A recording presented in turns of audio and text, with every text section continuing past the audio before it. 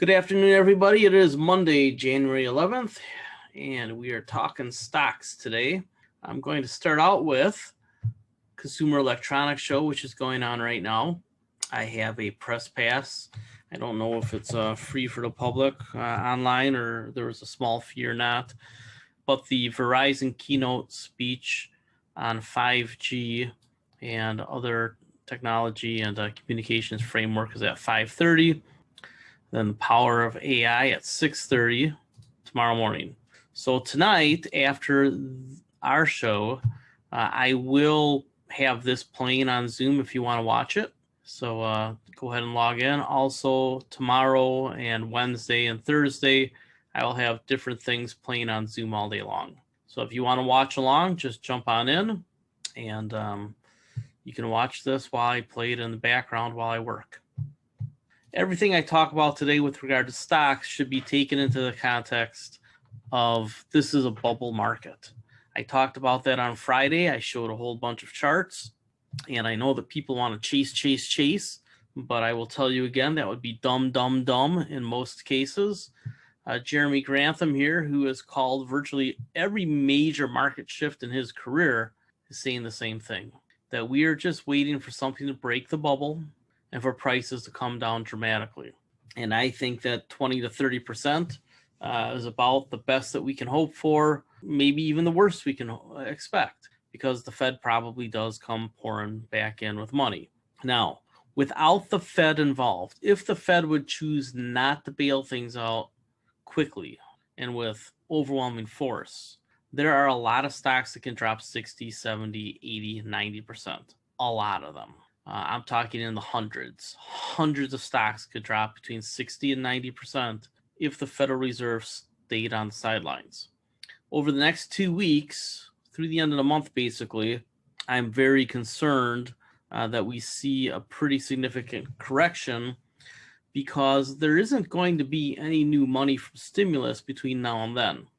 And even if there is another check to households in February, which I think there probably will be, we shouldn't expect that to do much for the stock market. Liquidity is really driven by the Fed. The Fed has less firepower, as we covered in November and December when it was announced. And the momentum up can be matched by downward momentum if calls expire and margin calls occur. I think that there is a fair possibility that we get at least a leg down here, and then we'll see how fast it rebounds. But liquidity could get sapped very, very quickly. So if you didn't watch this video on Friday, the stock market is now officially in a bubble. I think you really, really need to do that. Two of the articles that I'll have come out in the next week or so, one is on microcap stocks, and another one is on the SPACs. And I'll do these once or twice a month and have a group of companies that we cover. In SPAC, we really want to negotiate the hype cycle, because some of these got into the market and went straight up. MP Materials is a stock that I added to not only our watch list, but it is on the plug and play this quarter. So let's go through the plug and play. I've built a template that I'm going to use every quarter. Some resources for you. This will be up on fundamental trends. Hopefully tonight I have the developer working on it again, because now my login for posting articles isn't working, but should be any minute now. So the quarterly plug and play has had a couple of adjustments. Resources, condensed it for you to click out to. Somebody asked about cash levels on the chat today. I really think that if you're a defensive investor, you need to be 50 to 75% cash right now. If you're cautiously optimistic, 40 to 50% cash. And even if you are a high octane trader, got to just be all in all the time for a person, 10 to 15% cash, which is probably as high as you ever get. Folks asked about the price alerts as well today in the chat, which was interesting to me that some of this stuff came up right away. Apparently, Seeking Alpha pushed through a whole bunch of price alerts.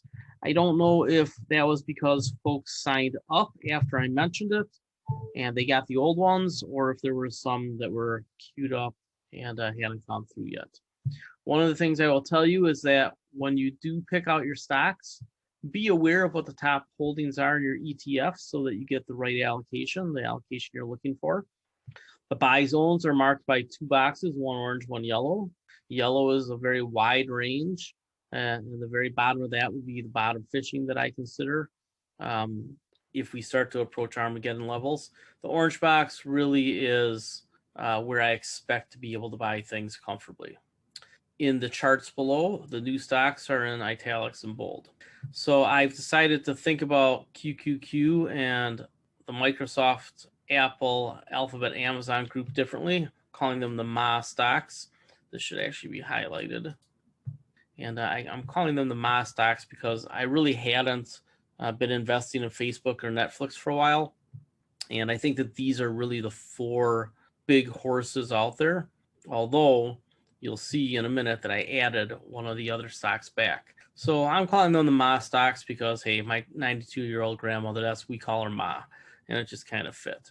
So if we change this to Google, we could actually make it MAGA for anybody who's interested. In any case, I'm not buying as much QQQ anymore, especially in bigger accounts. If you have an account over 250,000, I'd say probably you want to own these 4 stocks as well as a smaller position in QQQ. For folks who don't have bigger accounts where you can buy Microsoft and Alphabet and Apple and Amazon, which are all trading way, way high, hundreds of dollars, thousands in a couple cases, you'll want to stay away from buying the odd lots. And just wait until you have a 6-figure account before you start buying a lot of these expensive stocks. Focus on ETFs and your smaller growth companies if you have a smaller account. But as your account grows and you want to hold more of the staples, here you go. These are the staples of the future. And now, you have the buy ranges here. These will pop out into charts. So here's Alphabet. You know, if you're aggressive, you can start buying it up here around 1,600. I probably wouldn't buy it until around 1,400, and I'm really looking for 1,200. All of these will have that. Berkshire Hathaway, I think of it more as an ETF because they have about 70 in-house operating companies and 50 publicly traded companies. And again, you'll want to see who their top holdings are. Because Berkshire Hathaway owns some banks, I don't need to. And again, I would tell everybody out there, unless you truly understand the banking system, don't buy banks. Just don't. Allow Berkshire to pick the banks out for you. They'll be better at it. And you're protected by the fact that Berkshire has a mountain of cash to buy back shares or to buy shares on the cheap. So the top holdings in Berkshire, don't screw around owning them with the possible exception of Apple. But do know that if you own QQQ and Berkshire, you already own a lot of Apple. So you may not have to add much of your own. Although I'm going to on 6- and 7-figure accounts because it's Apple. So the sustainable growth list, pretty simple. We're looking to maximize long-term total return, mainly through growth. This is for folks who are buy and holders, and you could own these stocks for years. You can trade them a bit, but I wouldn't trade them a lot. And I would only trade them along the edges, and I would never short any of these stocks. Somebody today told me, or yesterday told me they were shorting Apple and they made some money. I'm like, great, but I would never short a great company. I can sell some of what I own, but there are so many zombie stocks out there, so many bad stocks out there, that if you really want to hedge a bad stock. That's the whole point of pair trading, is you go long a good company and short a bad company. So we have Delta in here, DocuSign, EPR Properties, Facebook. So 3 of the new ones are DocuSign, EPR Properties, and Facebook. Now, EPR Properties is a REIT, and you ask yourself, why is it in the growth category? Well, mainly because it got beat to heck, and at the moment, there is no dividend. So this company gets about 40% of its revenue from AMC theaters. AMC might be bankrupt any day now. I've been telling people in the REIT forums, I told them in here and I told them in here, that the stock probably can keep coming down. I suspect it'll get back under 30, and it might even get down in here. We need to keep an eye on AMC. If you're an EPR investor, you have to keep an eye on AMC, because if AMC goes bankrupt, then they lose even more revenue related to the theaters.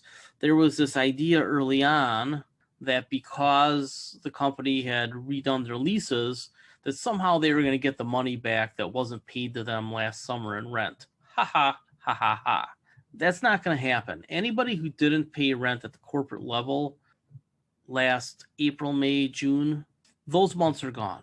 Now, they might get an extended lease where the lease rates are a little higher in the last year, and that'll help with some certainty for the REIT or the landlord. But this idea that a lot of these companies are going to pay back missed rents, it hasn't happened yet, and it's probably not going to happen. And in fact, they're probably, for all of this year, going to need some help. I believe that AMC is bankrupt any day. They did do some financing. They have an investor. So maybe they just dilute into oblivion. But I wouldn't expect anything great to happen for EPR in the very short term. But know that you're close to a buy zone. You're in the broader buy zone. And this stock, which is focused on experiential real estate, your Top Golf. I was hanging out at one in a casino in Vegas. I think it was behind the Hard Rock. I don't remember. Planet Hollywood, something like that. But, they have Top Golfs all over the place. And they have some other educational and other experience-derived real estate that seem to do very, very well when there's no pandemic. So I would expect this stock to come all the way back up here over the next 3-4 years. So I do think you're looking at a double or triple, but that's probably dependent on when the economy really becomes interactive again. So it could chop and come down here on a correction. There's no saying that it can't get all the way back down to 20-ish. So as we go through these, you have DocuSign, which is funny. I was using DocuSign a decade ago before they were public. They have 80% margins. Those margins will compress a little bit, but not much. And it'll probably become a more used technology. TD Ameritrade is using it. Some other places that are big are using it. As more and more transactions are done remotely, over the internet, cross-country, cross-borders, this technology is going to be more and more used, and I don't see that they have any big competition. So on a pullback, I think we want DocuSign. It has been consolidating a bit, so that's healthy. It dumps back down into here on a broader correction. I think you can probably buy it because this buying pressure will move up, and all the people who missed it in here will try to buy it in here. So at about 150, I think it's a steal. About 170, you have to evaluate that at the time. Facebook, why do I add Facebook? So David Zanoni keeps on this stock, and I haven't liked it for a couple of years, and I think that's justified. I stopped liking Facebook in here back in 2018, and I was actually one of the people who said after a crash after the IPO, buy it. So I made a bunch of money on Facebook. I've quadrupled my money on Facebook. And I haven't taken part basically in here. And if you had traded it perfectly, you could have made money, right? And you say that about anything. If Facebook gets back down into this buy zone, you see all these tops. Tried to get through, missed. Tried to get through, missed. Tried to get through, missed. Tried to get through, missed. And then this year it went crazy on the Fed. Now, take away that Fed stimulus, it probably comes back down in here. Might even fall back down in here. But somewhere between here and here, I want to own Facebook. One word, Oculus. Go play with Oculus at a Best Buy or something. It's going to be an even bigger and bigger deal, and this is probably the year that it hits. I'd say by the end of the year, it might be the hottest Christmas gift. Oculus is going to take VR to the next level for gaming, and I think that they're going to be the clear winner in the space. There might be a couple of other ones, but it is just pretty. I've tried it. It is blow your mind amazing. Teresa just said she's loving it. Somebody else just said in the chat they're loving it. When Facebook spins off Instagram, and I'm going to say that's a when question, not an if question, I think that they focus a lot more on the gaming and the commerce side of things. Because I think they are going to be forced to spin off Instagram. But imagine what type of dividend they can start kicking out if they spin off Instagram. I mean, really think that through. Are they just going to drop that money onto their bottom line and let it sit there? Or are they going to say, you know, we've already got more than enough for R&D. Maybe we should become a dividend stock. And I have talked about Facebook becoming a dividend stock. And I think Oculus and the spinoff of Instagram could instigate that. And I think they'll jump right in with a dividend that's about equal to Apple's, and they'll grow very fast the way that Apple is. So if you can get Facebook around 200, you know, go ahead. I'd really like to get it lower. I'm not positive I'm going to get my wish. I think that would take a more correlated correction to the stock market. But under the current market conditions, it's probably in here, 200-ish. If the Fed lets the market do more of a severe reset, then maybe you get it around 170 something. Ford's still on the list. I left Invitae on the list because it has started to have kind of a healthy consolidation. The momentum guys are probably going to get tired, and that'll let it go down and really get down here and then consolidate for a while. You don't have to try to catch the falling knives, because these big run-ups will be followed by some big drop-downs. Then you'll get that sideways consolidation, and that's when you can start accumulating. The next buy opportunity won't be a week. It'll be a month or two in duration. Komatsu, the former Joy Global, mining stock. Kathy Wood just started buying it. Any little pullback, I think you have to buy it towards 26, 27. This is one of only like 3 companies on the planet that are going to make that heavy machinery that digs up all the lithium and the cobalt and the iron ore and everything else that we need. And it hasn't run up because it's Japanese. Liberty Sirius and Sirius, together they should be a full position. They're both in their buy zones. You can buy these right now. Malone and Buffett are going to get paid on this. So I think that Liberty Sirius is the better of the two, but Sirius could run up on hype by the millennials. I don't think they're sophisticated enough to buy the tracking stock over at Liberty, which is what this is.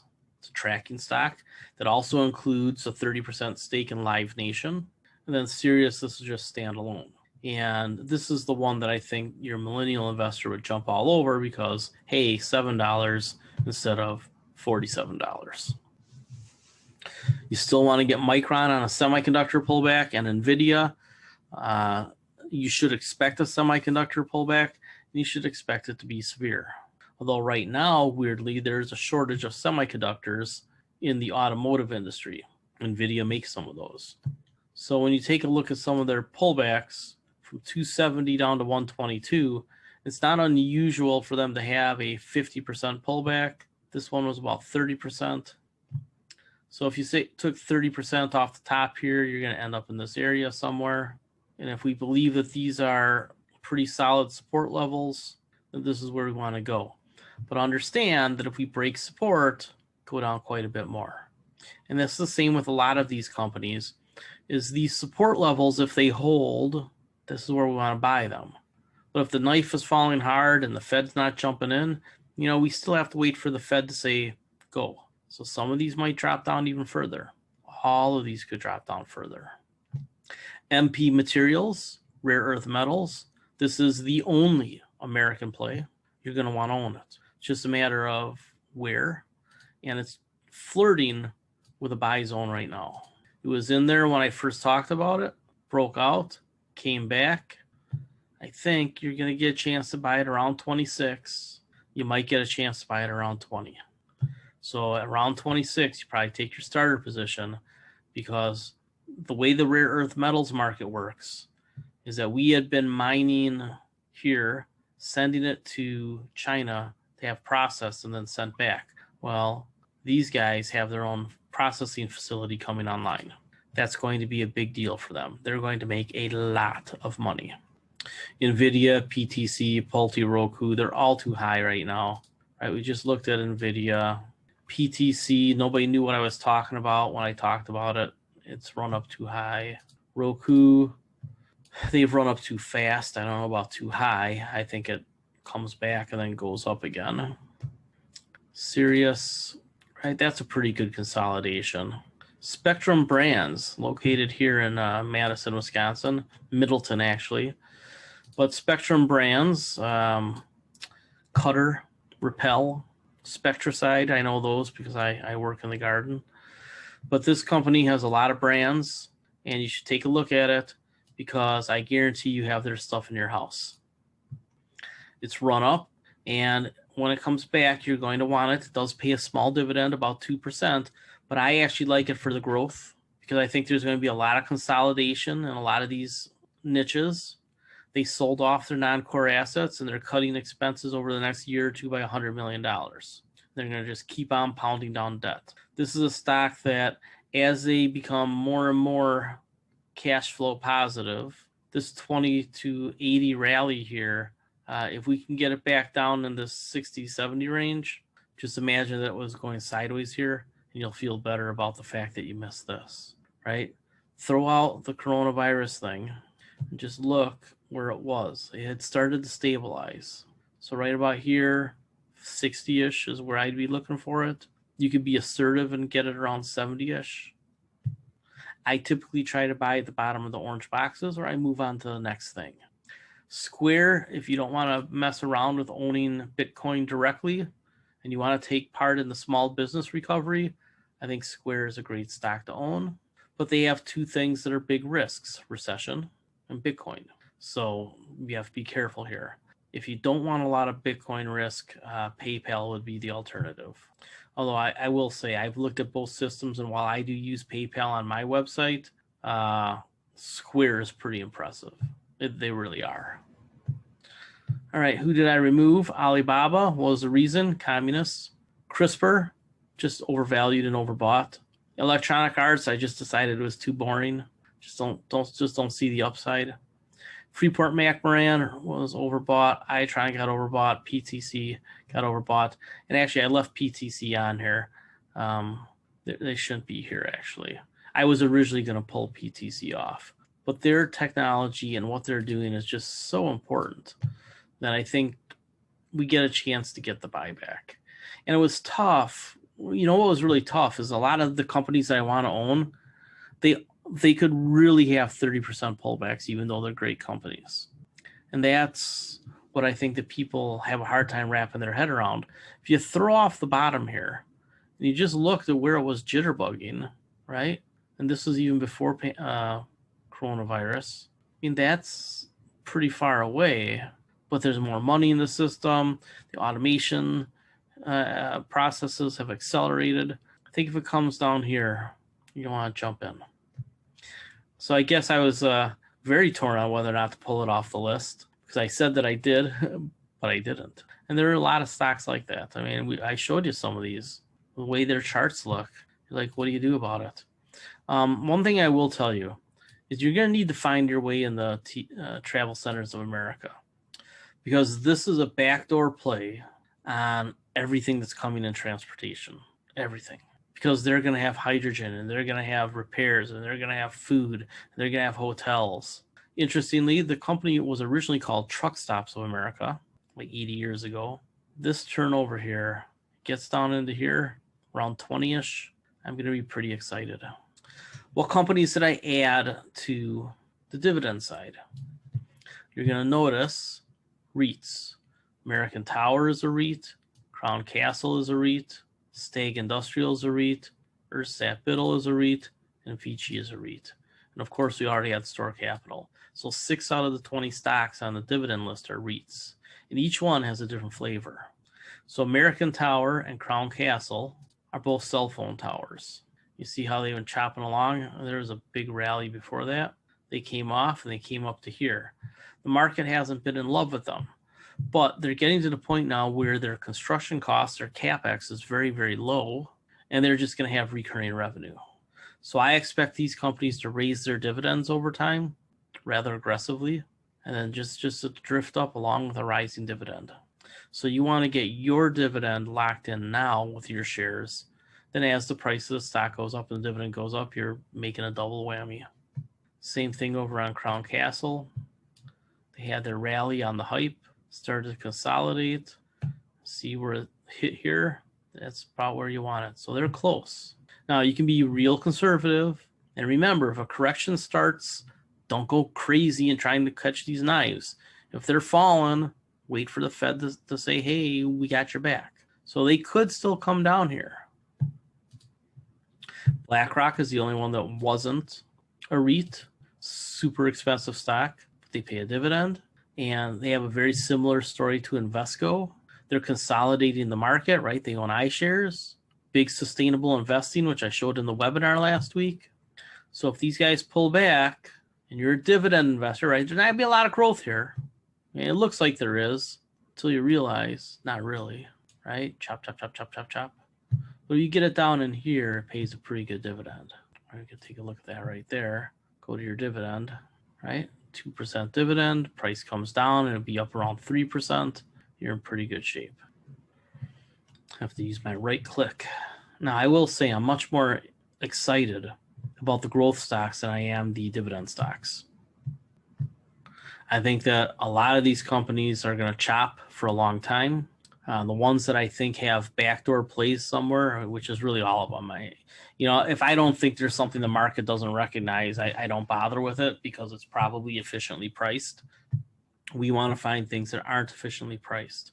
And I think that Disney, weirdly, now that I know more and more about how streaming is going to work and how they're going to adjust to using their real estate, any correction down in here, I move the buy zone up.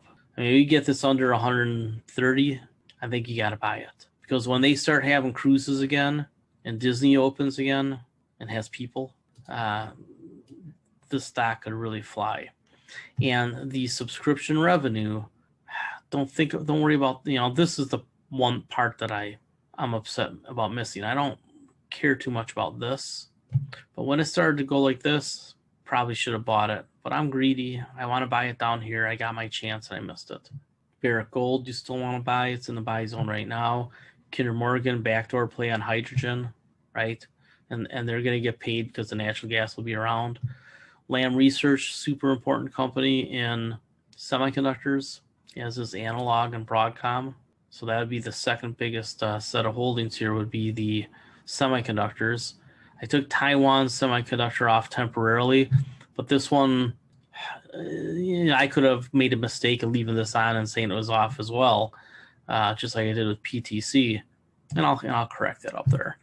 But Taiwan Semiconductor is one of the most important companies in the world, and I don't know that Americans appreciate that, but they do semiconductor fabrication for almost everybody.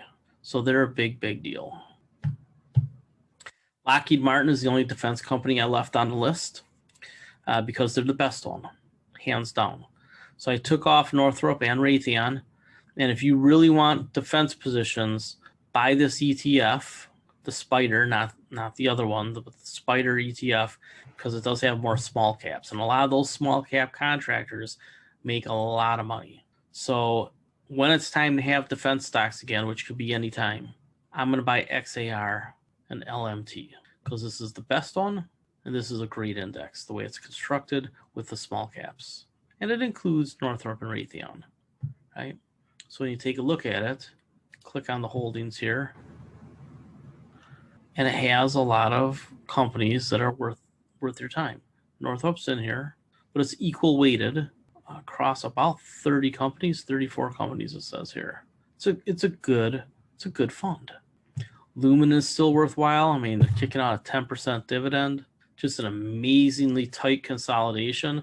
When this breaks out and it gets to about here, I mean, 28 and 40 these are well within reach, especially when they offload the consumer division and they're a fiber and business-to-business company, which is coming. They already broke the company up into 3 divisions specifically so they could sell the one.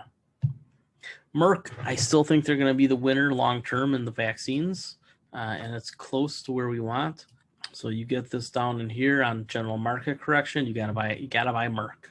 They have so much in the pipeline, and I believe that the traditional approach to the vaccines are probably going to be the one that you're going to want. I could be wrong. I mean, maybe Moderna and Pfizer do end up winning with the RNA, but I'm still slightly pessimistic that the RNA shots are going to be the ones that we want to use long term.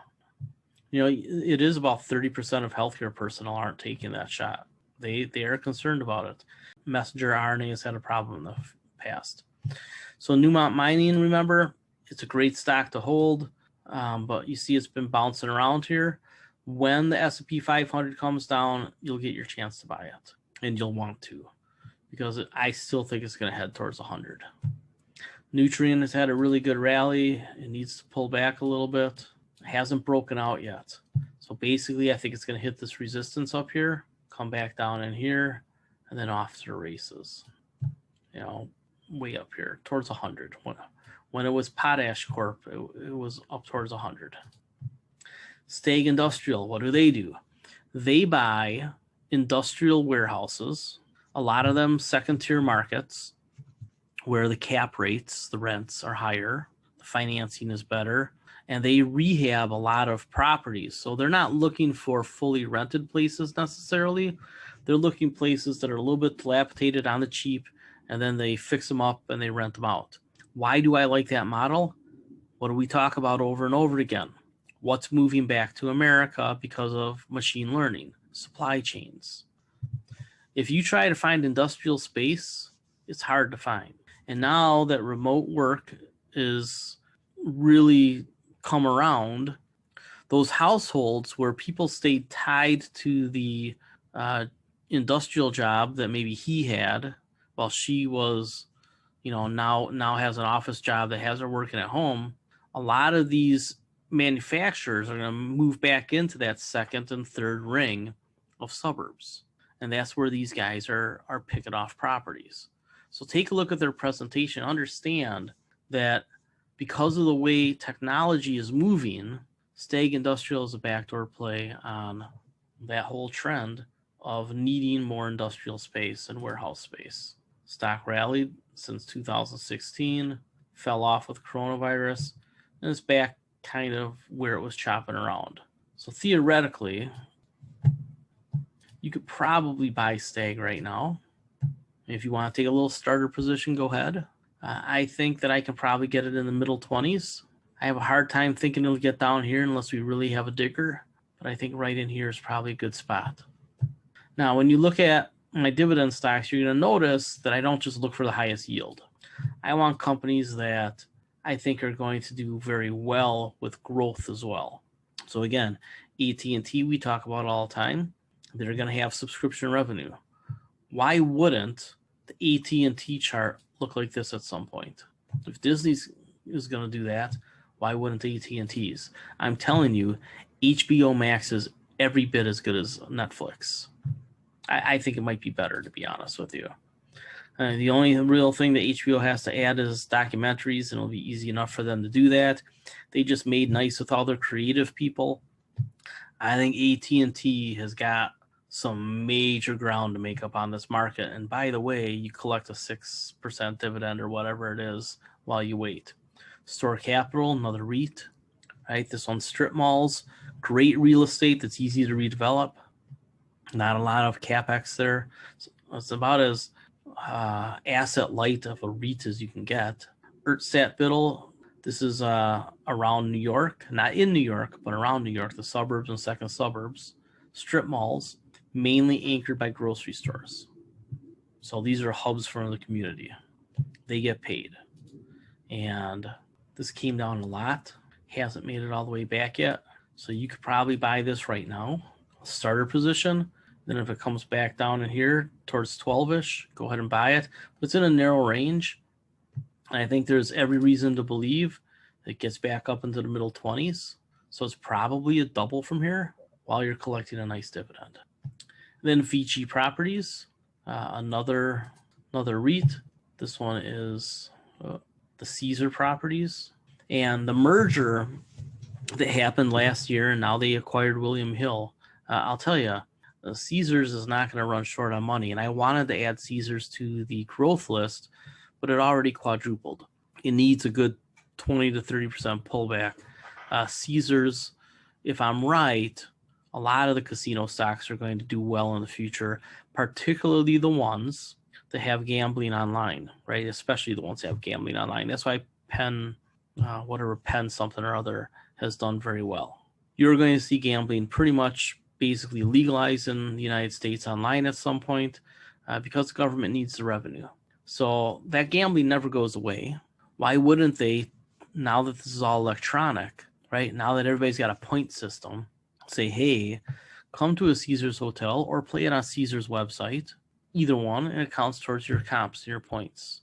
This is, doubled so far, but I think you probably have another leg up, right? It was at a peak. It's in the jitterbug zone again. It's a little above it. Comes back down in here, some consolidation, and then rally. Because it's real estate, they'll pay down their debt. They'll kick off more dividend, right? So the way the real estate works is as you pay off the mortgages, it's more free cash flow. Pretty easy to understand. And the executives want that to happen because why? They get compensated by the rising share price. So that's the short story on a bunch of these. These are the stocks that came off. Home Depot, I just think it's priced for perfection. Same thing with Illinois Toolworks. Going to use the ETF instead. And then Taiwan Semiconductor for sure is overbought and a bit overvalued. But I think this one gets back on the list sooner than anything else. Home Depot, there we'd have to probably have a recession and then have it come way down. Any questions about any of these? Tomorrow we'll talk about the covered calls and whatnot. But I will tell you, my advice tomorrow is just going to be trim the heck out of a lot of things. If you haven't gotten your cash levels to where you're comfortable, where you can sleep at night, you should figure out who you are as an investor and get to where you need to be. And I know that you're fighting FOMO. We're in a bubble. It's a rally. And it's been happening for months and months. I've been warning for months and months. Just means that every day closer, I'm closer to right. That's all that means. Yeah, somebody mentioned that Stag is putting a bunch of solar on their roofs. Yes. The other interesting thing about Stag, and I have a small company, a small REIT that I've been watching, and I'm going to talk to the CEO soon, actually, because I am going to start doing these interviews. I think that Stag, as well as Plymouth, especially Plymouth maybe, but it's a small cap, so on this list, I really only included stocks over $2 billion. I'm going to do the small, and micro cap together. So under 2 billion is going to be its own thing. These are right margin of safety stocks, a little safer for you.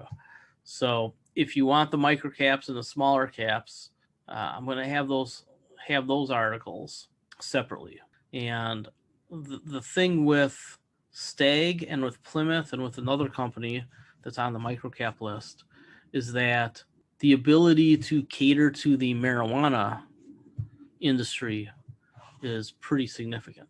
And I think there is a good chance that you see marijuana medically allowed in the United States federally, and it might even be decriminalized for recreational.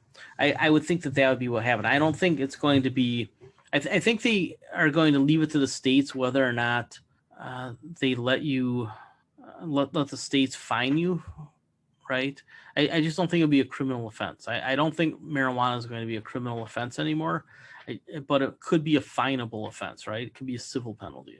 What does that mean? I mean, for those of you who haven't gotten tied up in the law, A, you haven't had enough fun, but B, there's a lot of nuisance things with marijuana, right? It stinks. And, if you live in an apartment or a condo building, you don't want to smell somebody else's marijuana, right? So there's going to be rules that marijuana smoking is going to have to follow, similar to alcohol, right? You're going to have to respect your neighbors. You have to not drive while you're high. So while it may not be criminal, except for where it causes a danger, like driving, I think that's the direction we're going. And for sure, it's going to be medically usable across the country. Now, here's the thing. I knew that the marijuana farmers weren't going to do that well. Why? If you've gone to a marijuana cannabis store, what you see is that they're set up like Apple stores, right? You have your bud tenders or whatever they call them at the particular store, and they educate you about each type of marijuana, what it's supposed to do.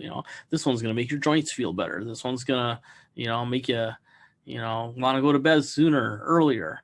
Some of them will make you want to go to bed and not fall asleep. They'll tell you which, quality each marijuana has because they're all genetically engineered now, right? They're all GMO modified. So I think that it's important that we keep in mind that the world is changing. It's tech driven. It's moving from alcohol to weed. I'm not a big weed guy. I still like to drink here and there, but I don't do much of either one. So, you take a look and you're like, well, what's the world going to? And you say, well, the millennials like to vape, right? They vape their weed and they play on their cell phone and they'd rather order something. And, you just take a look at the directions everything's going, and they'd rather work from home if they can and travel and work from their vacation. All these trends, there's not many of them that are going to reverse. They may slow, but they're not going to reverse. I think that somebody asked about Sirius here. Yeah, I think that Sirius is something that you should start building a position in right now. We're in that zone. Is it too early? I don't know. Warren Buffett's buying it. And because of what Seeking Alpha is doing with the free articles, right? It used to be that you could get all my articles for free. And now you have to buy a premium subscription, Seeking Alpha, for, I think it's $199 a year. What I will tell you is that there's been a lot of talk about adjusting the paywall now at Seeking Alpha because they pretty much put everything behind a paywall. After like 10 free articles a month, you have to pay for Seeking Alpha. So if you want to read all of the other articles from other people that are on here, premium's a pretty good deal. If you don't care about all these other folks and you just want me to basically synthesize it for you and funnel it to you, that's what I'm doing. I just hired another writer today, and basically what she's going to be doing is I'm going to give her a thesis. I'm going to have her do a SWOT report, and then I'm going to do the investment thesis at the end. So we're going to cover more stocks in the future because I did add somebody. So I don't know that you need this. And here's the other thing. I think, because we've been pushing them, the writers have been pushing them. I wouldn't buy premium right now. I think that you're going to get a chance to get a huge discount on premium if you're also a subscriber to a marketplace service like mine, right? So what we're going to do, though, is all of my articles, all of them, will be at Fundamental Trends. To see them, you'll need some sort of sign up. Free library card will get it for you. But I have to have it behind some sort of a wall, because if it's not free at Seeking Alpha, I can't make it free here. But I kind of can because it's a free library card. I just can't have it be open directly to the internet. You have to have some sort of registration. So every single article that I write on Seeking Alpha and every other stock that we cover, and there's going to be a lot more of them now, everything will be on Fundamental Trends. You just have to have some sort of a membership. Now, if you want the actual stock advice, you need a paid membership. But the combination of margin of safety and whatever tools you're using, right? As I've told you, you don't need to have TradingView unless you're going to swing trade. If you're not swing trading, you don't need TradingView. What you have at your brokerage is fine, right? And you don't need bar chart like I have. I buy bar charts specifically for the option screeners. So if you're an option seller or even a speculator, I'd say bar chart is worth your time. Unfortunately, their charting isn't as great as TradingView's. But if you're an option person, this is a pretty good tool. If you're not much of an options person or you're just going to sell options, I'm going to give you this list anyway because I have it downloaded. See, I just download the list and it goes into the covered call article every week. Stock Rover, right? Stock Rover. If you're going to screen for stocks, That's the tool. So I've talked about all that, right? What I read and use, Stock Rover, TradingView. I don't even have bar chart in here. I should add it. If you're an option seller, that's specifically who should be using bar chart, because they also have the unusual activity for options. So that'd be for the swing traders. Haven't looked at Palantir yet, but look at the chart on Palantir. I mean, what's the hurry? Seriously, what's the hurry on hardly any of these? And I mean, yeah, honestly, what is the hurry? Should have been interested in the SPACs when they were $12 a share. The information hasn't changed, only the price has changed. So this consolidation here, what you should be doing right now is studying the company, saying, okay, is this where the stock price belongs based on what they're going to earn in 2022? And then you have to figure out about what they're going to earn in 2022. I don't think that's an easy question to answer. This is one of the least transparent companies out there. And yeah, I still like ARK, and but they're super expensive. And as I explained last week, when ARK unwinds, it's going to unwind hard. There aren't buyers. If they have to start selling, their top 10 holdings are going to get crushed, and this is going to come way down here. I would not buy it over 100. I would not buy it over 100. Somebody asked about Visa, and I'll just say this about Visa and MasterCard. I think that their franchises are about as good as they're going to get. I don't think there's a lot of growth for them anymore, and I think the challenges are coming. Because as we use our phones for transactions more and more, and it's going to happen, like it is in the rest of the world, having a plate, not that big of a deal. Even having a credit card account, not that big of a deal for online. It doesn't have to be a Visa or a MasterCard. You're going to see a lot of alternatives coming, and Visa and MasterCard are struggling to keep up. But people pile into the stock. I'll show you Visa. So you take a look at the monthly chart, right? Take a look. You wanted to buy this when it was 20. Now it's 220 in a decade. Are they doing 10 times more business? Not even close. Visa, MasterCard, they could both lose 30 to 50% very, very easy. And I know that people don't want to hear the stock market drop 30 to 50%, but we are where we were a year ago and worse off economically. And now you're going to see changes to the tax code, which we have to do. Otherwise, there will be a financial crisis because we're spending way more than we pull in. You have to get over your FOMO, and you have to get over it right now. Right here. You need to understand this. Two assets being roughly the same asset, you buy the cheaper one, correct? Well, in the last 7 or 8 months, the stock market has basically priced in the next 10 years of returns. That's what it did. So you have to buy a big pullback. There's very few assets out there that are available to be purchased right now. AT&T, Sirius, but they're not exciting. They haven't been going up. Well, right. Try buying something before it goes up. Liberty, Sirius, and Sirius, I think, are no-brainers. I think AT&T is a no-brainer. I think Lumen is a no-brainer. I think Kinder Morgan is a no-brainer. Are they sexy right now? No. But if they go up by 50 or 100%, they'll be sexy then. So date them now because you'll want to marry them later. All right. Let's call it a day. And I'm going to put together a lot more stuff this week and next week. I mean, I'm working pretty long days right now. So I need a break. I'm going to go eat dinner. I'll get this up on Fundamental Trends tonight because it looks like it's working. And I will see you tomorrow for the option selling show. And I will tell you, I'm just going to tell you to trim just about everything. There are a couple cover calls we can write, but there's almost no put options to sell. So it'll be a very short call tomorrow morning. All right, take care, everybody.